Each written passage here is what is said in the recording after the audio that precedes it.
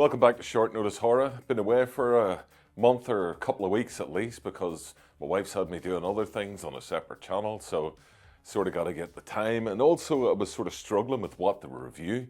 I know there's a lot of new movies that did come out, but people are always reviewing them. But today I'm going to review something that I haven't really seen much about, but at first I wasn't that interested in, but I sort of went back to it, stuck with it, and turns out it's really good. It's The Bondsman on Amazon Prime. Did you die? Male enforcement, come out with your hands up.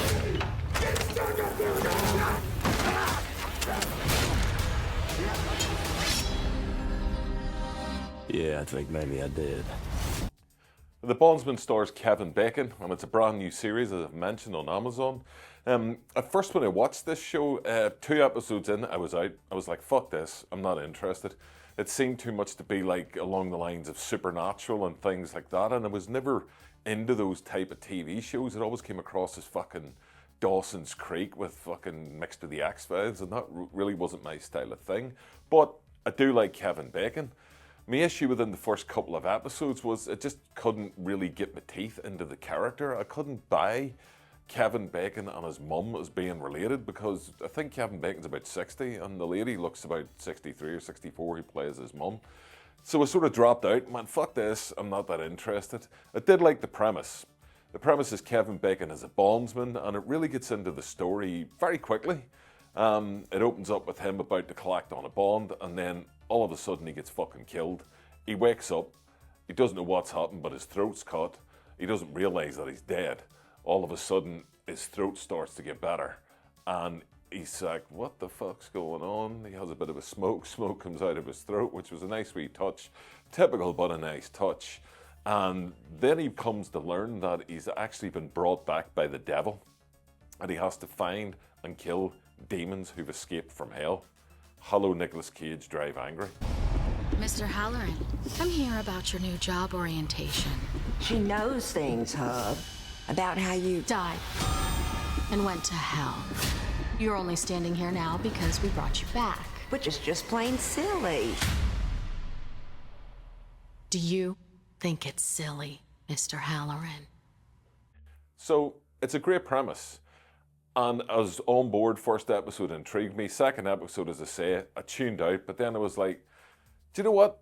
I'm going to go back and give this a go, and I'm glad I did. The show, it's really quite good. It's not brilliant, it's not fucking mind-blowing, it's not anything that's going to change the world. But for me, if you liked Ash vs. Evil Dead, Stan vs. Evil, or Stan Against Evil, it has the tone of those shows, specifically Ash vs. Evil Dead, which I think the creators wear on their sleeves. They're not trying to hide it. Kevin Bacon's really, really good in the role. He's fucking swearing his balls off. He does come across quite well as a badass, it has to be said. The lady who plays his mum, she really started to grow on me. I didn't have an issue with the actress, it was just that sort of age thing, but you know, disbelief, whatever, fucking works, and it's fine as it goes on. And she sort of joins him in his like quest to kill demons, because she finds out what happened because he tells her. Everybody's quite accepting of this. I mean, if it was going to pick it apart, he's got like a sort of soapy fucking storyline going on with his wife, who I believe is a real country singer, but a decent actress. And it's an excuse for Kevin Bacon to also show off his singing chops, because for those who know, he's also a musician. And it's like a bit of a soapy element. There's got like a love triangle going on between the ex-wife and the guy she's seeing, who Kevin Bacon hates, which we find out why.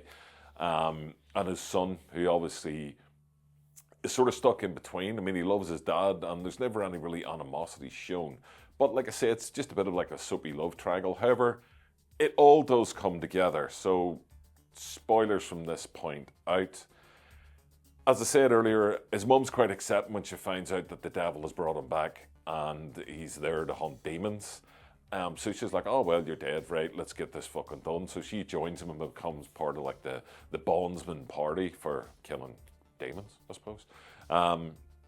So as the story progresses, it seemed very much like, oh, well, it's going to be a story, what I call the Knight Rider syndrome, where it's like a separate story every week.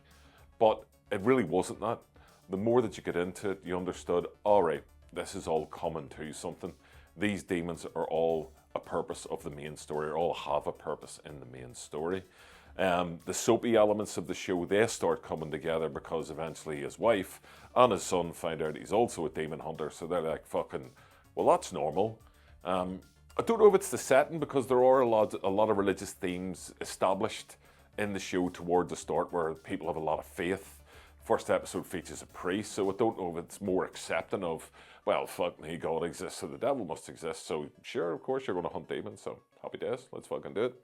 And the show does culminate in a really, really good finale that I thought wrapped up the show. It's not a limited series, hopefully there is going to be a season 2, but they end up finding that it's a specific demon who has to get back to hell, because if they don't, they're going to create the fucking apocalypse, because all demons do. I don't think any of them go to open like cake shops or anything. So story-wise, it's pretty like run-of-the-mill, happy days.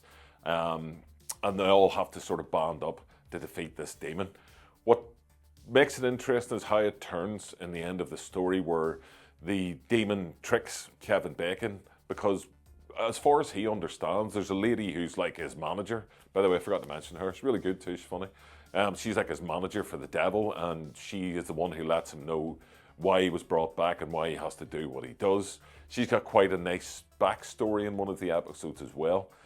So we understand why she's doing what she does. So it's quite a nice wee touch. There is some nice character development. Not a huge amount for Kevin Bacon, but I think the anticipation is that's going to be introduced in future shows, because the big question is, well, why did you go to hell? He knows why, his family doesn't know why. We eventually get to find out why. And that does tail into how the series ends, because Kevin Bacon has a secret where he accidentally killed a girl who, as far as the town's concerned, went missing. And the demon that they're actually after, the one who's going to bring about the apocalypse, ends up possessing her corpse and bringing her back from the dead. Everybody thinks she's just come back from being missing, even though she's all fucked up and dirty and cut and shit, but it transpires that she's the main demon, and Kevin Bacon's going to have to sort of re-kill her. Now, in the final episode, he comes to the conclusion that he can't, because the demon does trick him to say, if you let me live, I'll take the curse of hell off you, you'll be alive again, and you can go about your life. Obviously, we all know that's a bad idea. Kevin Bacon, I think you're smarter than that, so you should have also known it was a bad idea. And that's where the series wraps up. So it's a general overview of the actual show itself. And as I say, I really enjoyed it. I didn't think it was brilliant. I think it was fucking out of this world. But 8 episodes, they're about half an hour each, so it's really not much of a watch at all. I mean, I sat down one Saturday after work, a couple of nights after work, and then finished it off at the weekend. And that's why I was sort of holding off on reviews, because I was sort of, as I said, struggling for a thing to review, and I figured, well, the Bondsman might be worth a go. So there it is. Let me know if any have seen it. Put it down in the comments. Obviously, hopefully you've liked my previous videos. I know there's not a lot of them, but you can only do what you can do. And if you've checked out the Bondsman, let me know. Interested to see what you guys think. And hopefully it does come back for season 2. But by that stage, Kevin Bacon will probably be like fucking 70, so he'll probably look like a demon himself anyway. Our Leatherface Bacon. Thanks for watching. All the best. You're stuck in this so-called job for how long? Till hell runs out of demons, seems like. You need to see this. There's a pattern. Then call the hotline. A 1-900 number charging $10 a minute. What do you expect? It's hell.